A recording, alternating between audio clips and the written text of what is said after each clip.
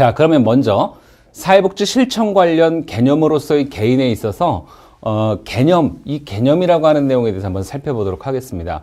영어로는 이 개념을 컨셉, 보통 이렇게 얘기를 합니다. 그런데 이 개념이라고 하는 것은 사전적인 의미를 찾아보니까 이렇게 한 두 가지 정도로 이렇게 요약해서 설명을 해놨습니다. 자, 그 내용을 살펴보면은 어떤 특정한 사물이라든지 사건이라든지 또 상징적인 대상들의 어떤 공통된 속성들이 있습니다. 그 속성, 고유한 어떤 본질적인 특징을 얘기하는 거죠. 그랬을 때 이와 같은 것들을 추상화시켜서 종합화된 보편적인 관념이라고 하는 거죠. 본인이 생각하는 어떤 하나의 내용들이 되겠죠. 자, 그래서 이와 같은 것들을 기초로 해서 구체적인 개념과 추상적인 개념으로 구분을 나누고, 구체적이라고 하는 건 실증적이고 실제적이라고 하는 걸 얘기하는 거죠. 추상적이라고 하는 건 개인의 착상이나 사고를 기초로 하는 건데, 이 두 가지 개념들로 구분을 하게 되고, 구체적 개념이라고 하는 것은 어떠한 물리적인 속성에 따라서 어떤 힘을 가한다든지 또 임팩트를 가했을 때 구별이 되는 개념이 되겠고, 추상적인 개념이라고 하는 것은 실질적으로 관찰이 될 수가 없다라고 하는 거죠. 실질적으로 증명하기가 좀 힘든 그런 현상들을 나타내는 어떤 공통적인 속성을 가지고 정의함으로써 이 양자를 구별한다, 이렇게 말씀을 드릴 수가 있겠습니다. 자, 그렇다고 한다면 이와 관련돼서 사회복지 실천 관련 개념으로서 는 어떻게 정의를 내릴 수 있는지 한번 살펴보도록 하겠습니다. 자, 이정우라고 하는 학자는 이렇게 얘기를 했습니다. 사회복지 실천에 있어서 이 개념을 어떻게 이야기를 했냐면, 한 대상, 여기서 주로 사회복지 실천에서 사회복지 영역에서 대상 그랬을 땐 클라이언트를 지칭한다고 말씀드렸죠. 자, 그런데 이 대상을 사회복지, 현대사회에서의 사회복지에서는 주로 고객이라는 용어를 쓴다 그랬습니다. 자, 그랬을 때 이 한 대상에 대한 최초의 이해를 담지하고 그 대상을 이해하는 출발점을 이루는 것을 가리켜서 사회복지 실천에서 개념이라고 이렇게 본다 하는 거죠. 그러니까 클라이언트에 대한 최초의 이해를 담지하고 그 대상을 이해하는 출발점, 첫 인상, 뭐 이런 정도가 되겠죠. 그것을 그 개념이라고 이렇게 본다고 합니다. 자, 그랬을 때 사회복지 실천을 명확히 하기 위해서는 바로 이 개념을 분명히 알아야 된다라고 하는 것이 일반적인 학자들의 견해라고 말씀을 드릴 수가 있겠습니다. 자, 이것은 사회복지 실천뿐만이 아니라 학문을 하는 모든 그 공통 영역에서 나타나는 현상이죠. 이 개념을 확실히 파악을 해야 그 다음 내용을 이해하기가 쉽죠. 바로 그런 내용을 가리키는 거겠죠. 자, 그렇다고 한다면은 또 다른 의견들이 제시가 되고 있는데, 같은 그 내용적인 일치를 보면서 설명하는 것들이니까 학자들의 견해는 조금씩 다소간의 차이는 있어도 그 내용은 본질적인 면에서는 같은 거라고 좀 우리가 생각을 하시면 좋겠습니다. 자, 최옥채 교수님은 이 개인에 대해서 이렇게 얘기를 했습니다. 사회 속의 개인이라는 점에서 이 개인은 존재의 의미를 가지고 있다, 이렇게 보는 거죠. 그러니까 이 존재라고 하는 것은 내가 서 있다, 지금 내가 이 사회에서 위치가 어느 정도 되는지 자기 자신을 갖다 파악할 수 있다라고 이렇게만 된다고 해도 이 존재라고 하는 것 자체는 그 의미를 부여할 수 있다, 이렇게 볼 수 있는 거죠. 그러니까 사회 속의 개인이라고 우리가 했을 때, 우리가 이 개인을 클라이언트라고 지칭을 한다 그러면 이 사회 속의 클라이언트는 존재의 의미를 가질 수가 있다라고 하는 겁니다. 이 인간 행동과 사회 환경이라고 하는 그런 그 환경 속에 있는 이 개인을 우리가 놓고 봤을 때, 클라이언트를 놓고 봤을 때, 이 개인은 그 자체로도 존재의 의미를 충분히 가지고 있다라고 하는 거죠. 그러니까 사회복지 실천 대상자라고 볼 수 있는 이 개인은 존재의 의미가 매우 다양한 모습으로 나타날 수 있다라고 하는 겁니다. 자, 이런 맥락에서 개인을 우리는 어떻게 발견할 수 있는지 한번 살펴보도록 하겠습니다. 자, 개인은 탄생이 됩니다. 생물학적인 어떤 영역에서 봤을 때 개인은 충분히 탄생을 하죠. 그랬을 때 이 개인은 사회 발전과 또 정치 상황과 또 경제적 확장과 결부되어서 자기 자신이 성취욕을 토대로 해서 발전을 이루어 나가게 돼 있습니다.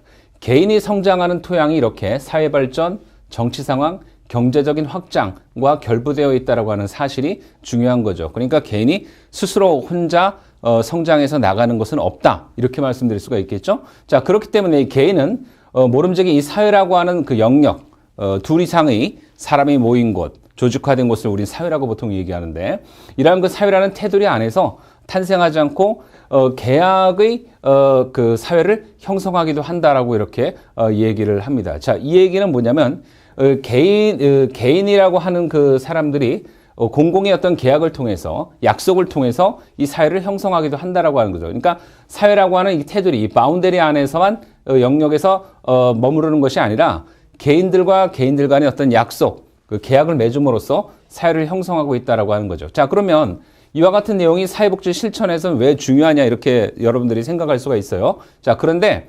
클라이언트와 그 사회복지사와 일종의 계약이 형성이 되기 때문에 이런 그 내용들이 더 중요하다고 이렇게 볼 수가 있는 것입니다. 자, 그래서 당시 개인에게 이 사회라고 하는 것은 주어지는 것이 아니고 구성되는 것이다. 또 이렇게 우린 봐야 되는 거죠. 그러니까 이 사회라고 하는 것 그 자체가 하나의 구성주의 원리에 따라서 성립이 되기 때문에 이와 같은 내용을 가지고 있다. 이렇게 보시면 되겠습니다. 그래서 이러한 개인들이 삶을 강조하는 어떤 유교에서는 옳은 인간관이 아니다. 또 이렇게 얘기하는 그런 경우도 있어요. 그러니까 이제 이것은 종교적인 어떤 견해와 색채를 가리키는 것이 되겠죠. 자, 두 번째로 개인의 의식화라고 하는 측면에서 살펴보도록 하겠습니다. 개인이 스스로가 자기 자신을 인지하고 있다는 얘기가 되겠죠. 그래서 이 권여룡이라는 학자는 뭐라고 얘기했냐면, 개인의 의식화에 대해서 말을 하면서 이 개인은 이 개인주의라고 하는, 자기 자신을 갖다가 옹호하는 거죠. 자기 자신을 철저히 인정하는 거죠. 이런 그 개인주의라고 하는 그 철학적 명제를 만들어냄으로 인해서 개인은 이기주의와 이타주의와 같은 사고방식을 이루게 나가게 되고, 이를 개인의 의식화라고 하는 작업으로 이루어진다, 이렇게 본 겁니다. 사실 이 개인주의라고 하는 것 자체는 나쁘지는 않습니다. 자기 자신의 프라이드를 오히려 내세우고 인정하는 것이기 때문에 나쁘지는 않은데, 문제는 뭐냐면 이 개인주의가 지나치게 되면 이기주의로 가게 되고, 또 이기주의가 나오게 되지만 이런 것들을 만약에 그 이기주의만 발전하지 않는다 그러면 개인주의라고 하는 거는 개인의 성장을 위해서는 굉장히 그 좋은 발상이 되겠죠. 자, 그런데 이기주의도 이러한 그 개인주의에 반하는 이기주의가 있기 때문에 그와 반대되는 대립각을 세우는 이타주의라고 하는 것도 존재하는 겁니다. 자, 그래서 이기주의와 이타주의와 같은 사고방식을 이루게 되면서 이와 같은 것들이 개인의 의식화라고 이렇게 설명을 했습니다. 그래서 이 의식화라고 하는 것은 개인이 행하는 주체성에 대한 어떤 확고한 인식에 따른 것이다, 이렇게 보는 거죠. 그러니까 개인이 자기 자신을 인식하지 못하면 자기 자신에 대한 어떤 주체적인 사고방식, 또 생각, 이런 것들을 할 수가 없기 때문에 그렇다고 볼 수도 있겠죠. 자, 그래서 개인의 의식화야말로 시민사회로 나아가는 근간이 되었을 것이다, 이렇게 설명을 합니다. 자, 그 다음에는요, 이제는 좀 더 나아가서 이 개인과 사회라고 하는 측면에서 한번 보도록 하겠습니다. 이정우라고 하는 학자는 이 사회복지 실천에 있어서 개인과 사회를 이야기할 때 어떻게 얘기했냐면, 이 개인은 궁극적으로 공공의 선을 추구한다, 이렇게 봤습니다. 그러니까 개인은 모름지기 사회생활을 하게 되면서, 사회활동을 하게 되면서 공익적인 측면에서 공공의 선을 추구하는 어떤 열정적인 어떤 생활을 해나가게 된다. 어떤 순기능적인 그 방향성을 가지고 얘기한 거죠.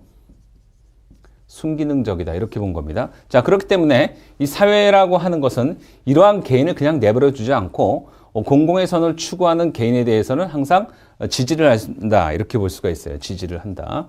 자, 그런 차원에서 봤을 때 인간과 인간의 관계라고 하는 것은 경제적인 차원에서 보자고 한다면 돈을 매개로 해서 경쟁적 관계를 맺을 수밖에 없는 치열한 생존 경쟁의 어떤 그 상황 속에 놓여 있을 수밖에 없습니다. 자, 그렇기 때문에 사람들은 인간이 스스로가 소외된 관계에 놓이게 된다고 이렇게 이야기를 하죠. 그러니까 경쟁적 관계에서 낙오자가 됐을 때, 이랬을 때 인간 소외를 느낄 수밖에 없다, 이렇게 얘기한다고 하는 거죠.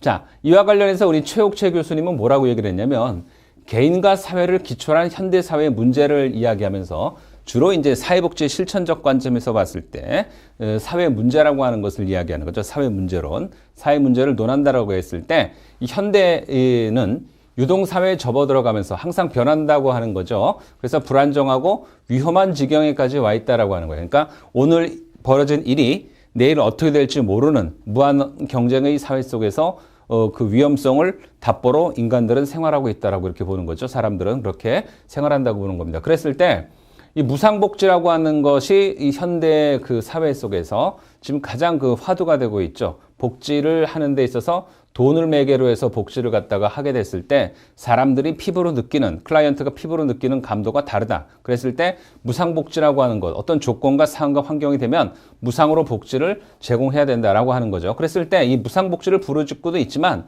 아직까지도 복지 사각지대라고 하는 이 사고적 현실들이 끊임없이 나타나고 있는 현실이다라고 이렇게 지적을 했습니다. 그러니까 무상복지 그렇게 이야기를 하지만 복지 사각지대에 놓여 있는 클라이언트들이 훨씬 더 많다. 이렇게 생각보다 많다. 이런 어떤 주장을 한 거죠. 자, 그다음에 이제 유정호라고 하는 학자는 또 뭐라고 얘기했냐면 개체의 매개 없이 사회도 전체도 어떤 드러나지 않는다. 이렇게 이야기를 하면서 사회복지사가 해야 될 일을 제시를 했습니다.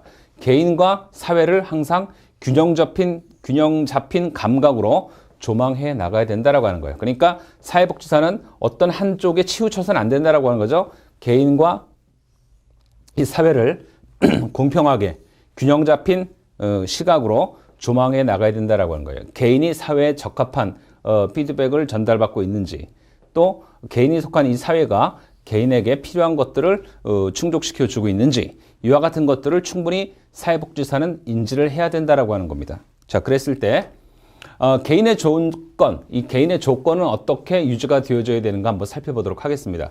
이 개인은 살아가면서 항상 성취욕이 있고, 이 성취욕을 충족시키지 못하면 좌절이라고 하는 것을 무수히 겪게 되고, 그에 따라서 이 좌절을 겪고 그대로 끝나는 것이 아니라 자기 자신이 발전할 수 있는 하나의 근간으로 삼게 됩니다. 자, 그랬을 때 이 생물학적 개인은 어떻게 분류를 할 수가 있냐면 일종의 어떤 어떤 과학적 근거를 가지고 나타나고 있는 거죠. 그래서 남성과 여성으로서 구분이 되면서 어떤 생활상의 특성을 가지고 나타난다라고 합니다. 즉 남성은 보다 남성다워지고 여성은 여성다워지는 그런 어떤 구분이 이루어진다라고 하는 거죠. 그랬을 때 성차별과 같은 사회 문제가 나타나게 될 수도 있습니다. 어떤 면에서 남성이 여성에 비해서 홀대시 받는다. 또 어떤 면에서 여성이 남성에 비해서 홀대된다라고 하는 그런 어떤 성차별적 사회 문제가 사회 속에서 존재하기도 하고, 또 개인의 어떤 생명과 관련해서 복잡한 윤리적 문제들이 나타나기도 한다라고 하는 것이 바로 생물학적 개인을 바라보는 시각이 되겠습니다. 자, 그래서 이 개인은 생물학적인 어떤 형태를 갖추어서 존재한다라고 하는 거예요. 그래서 의식주와 더불어서 인간이 자연스럽게 발산할 수 있는 이런 모든 요인들을 가리켜서 생물학적 형태를 갖췄다라고 이렇게 해석을 해볼 수가 있는데, 자, 그에 따라서 이제 중요하게 부각되는 것은 바로 심리학적 개인이다라고 하는 거예요. 일종의 그 개인의 어떤 마인드죠. 자, 그랬을 때 이 개인은 심리학적으로 하나의 정신적인 어떤 그 체계를 갖추어서 존재하고 있다라고 하는 거예요. 그러니까 자기 자신이 이 사회에서 필요하다라고 하는 것을 스스로 느낀다라고 했을 때 심리학적 어떤 정신을 갖추면서 존재한다라고 하는 거죠. 자, 그랬을 때 위험한 사회 구조 속에서 정신적으로 질환을 앓는 사람들이 늘어가고 있다라고 하는 것, 이런 것들이 심리학적 분석이 되겠죠. 주로 뭐 사회심리학이라든지 이런 걸 보게 되면 이런 내용들을 충분히 알 수가 있습니다. 자, 그리고 범죄를 비롯해서 여러 가지 문제들이 다 심리적인 어떤 불안을 통해서, 심리적 불안 요인을 통해서 나타나고 있습니다. 자, 그렇기 때문에 이 심리적 불안 요인이라고 하는 것은 이 사회 구조의 어떤 그 불합리성, 또 사회 구조가 인간에게 그 개인차를 느끼게 하는 겁니다만은 그 불안정한 어떤 요인들이 많이 찾아오다 보니까 결국 자기 자신을 갖다가 안정시키지 못하는 어떤 심리적 불안으로 인해 가지고 이 범죄라고 하는 것을 갖다가 많이 일으키게 되는 어떤 그런 문제들이 있죠. 그래서 이게 이제 심리학적으로 봤을 때는 정신적인 어떤 그 질환들, 이런 것들이 자꾸 찾아오다 보니까 뭐 대표적인 게 이제 뭐 조현병 같은 것들이라고 볼 수 있는데, 뭐 이런 것들이 자꾸 나타나다 보니까 심리학적으로 봤을 때는 개인이 불안한 거죠. 초조한 거죠. 그러다 보니까 여러 가지 그 사회 문제들이 자꾸 나타나게 되고, 이런 사회 문제의 한 양상으로 나타나는 것들이 범죄다. 그래서 사회복지적인 측면에서는 이러한 그 일탈행위를 갖다 경험하는 그런 많은 사람들 때문에 이 교정복지라고 하는 것이 필요하다라고 얘기를 합니다. 앞서 우리가 사회복지 실천 분야 했을 때 교정복지 분야 이야기를 했는데, 일탈의 대상자들을 놓고, 클라이언트를 놓고 사회복지사가 이분들이 사회에서 순기능적으로 생활에 나갈 수 있도록 개입을 하는 그런 다양한 실천적인 어떤 프로그램을 돌리는 그런 것들이죠. 그래서 이 교정복지가 필요하다라고 또 이야기들을 합니다. 그 다음에 이제 사회학적 개인으로 한번 들어가 보도록 하겠습니다. 이 개인은 사회학적으로 보게 되면 사회의 구성원으로서 항상 존재하게 돼 있다. 그래서 2명 이상이 존재하면서 사회를 이루어 나가게 되는데 이 개인은 항상 관계를 지어서, 그러니까 개인과 개인이 만나서 관계를 지어 나간다라고 하는 거죠. 그렇게 살아가면서 다양한 문제에 봉착하게 되어 있다라고 하는 거예요. 그런 다양한 문제가 실로 너무도 다양성 있게 나타나다 보니까 그 문제가 한두 가지가 아니죠. 자, 이런 개인들이 존재할 수 있겠다라고 하는 거예요. 사회학적 봤을 때. 그 다음에 이제 초월적 개인이라고 하는 개념으로 한번 들어가 보도록 하겠습니다. 개인이 이성을 넘어서, 개인 자신이 생각하고 있는 이성적인 어떤 사고방식을 넘어서, 초월적인 세계, 영성이라고 보통 얘기를 하는데, 이 세계로 존재한다라고 보는 거예요. 그래서 초월적 개인을 이야기할 때는 항상 이 영성적 개념을 가지고 얘기하는 거죠. 이성을 뛰어넘는 사고라고 하는 거죠. 현실을 초월한 그 밖에는 무엇이 있다라고 보는 게 바로 이 영성을 가진 초월적 개인을 얘기하는 겁니다. 그래서 어려운 문제 상황을 현실에 의존해서 이성적인 문제로서 돌파하려고 하는 것이 아니라 개인이 가지고 있는 영성으로 대처할 수밖에 없다라고 보는 게 바로 이 초월적 개인입니다. 그래서 종교를 가지고 계시고 있는 여러분들이 계시다고 한다면 종교적인 의미에서 이 영성의 의미를 충분히 이해할 수 있을 것이다. 그렇게 생각을 합니다. 그리고 이러한 영성지향 사회복지 실천이 강조되어져 가는 것이다라고 하는 거예요. 즉, 이것은 왜 그러냐면 클라이언트의 어떤 문제가 다양한데 심리학적으로, 사회학적으로 이런 것들을 보는데 여기서 멈추지 않고 초월적 개인, 종교적 어떤 자아를 통해서 영성지향적인 사회복지 실천이 또 필요하다라고 하는 것을 이야기하는 겁니다. 자, 그랬을 때 개인의 처지와 입장은 매우 다른 어떤 측면들이 있습니다. 그래서 개인은 자신의 처지와 입장을 세워서 항상 살아나가게 돼 있고 이러한 바운더리 안에서 물질이나 정신의 상태와 무관하고 각자의 처지와 입장은 존중받아야 된다라고 이렇게 이야기를 합니다. 그래서 개인은 개인이 가지고 있는 현재 상황에서도 충분히 존중받아야 된다라고 하는 걸 이야기하는 거죠. 그래서 사회약자와 사회 지지자로 이게 분류가 되는데 개인은 사회약자 또 사회 지지자로서 상호 처지와 입장을 가지고 있다 이렇게 보는 겁니다. 그래서 사회적 약자는 사회복지의 대상자가 되는 거죠. 사회복지 실천의 대상자, 우린 사회적 약자, 사회약자로 부르는 거고 사회 지지자는 사회약자의 짐을 함께 지는 사람, 누굴 주로 얘기할까요? 사회복지사를 우리가 얘기할 수가 있겠죠.